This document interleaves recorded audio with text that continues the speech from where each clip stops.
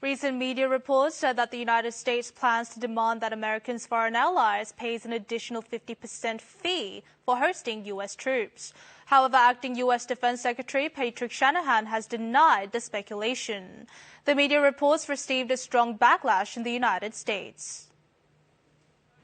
Some 199,000 American troops are stationed overseas, or nearly 10% of the entire U.S. military force of 2.1 million service people.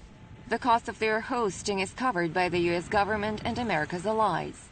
Recently, the U.S. media, including the Washington Post and Bloomberg News, reported that the U.S. government is considering demanding that its allies pay the full cost of stationing plus an additional 50% fee.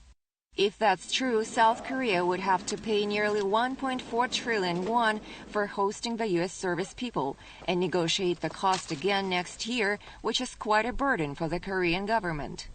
However, acting U.S. Defense Secretary Patrick Shanahan said at a hearing before the Senate Armed Services Committee that the media reports were wrong.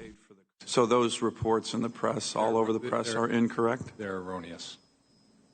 We're not going to run a business, and we're not going to run a charity. Shanahan, however, stressed that America's allies should, quote, carry their fair share, unquote. When the media reports about additional costs of hosting U.S. troops overseas were released, they were met with sharp criticism in the United States.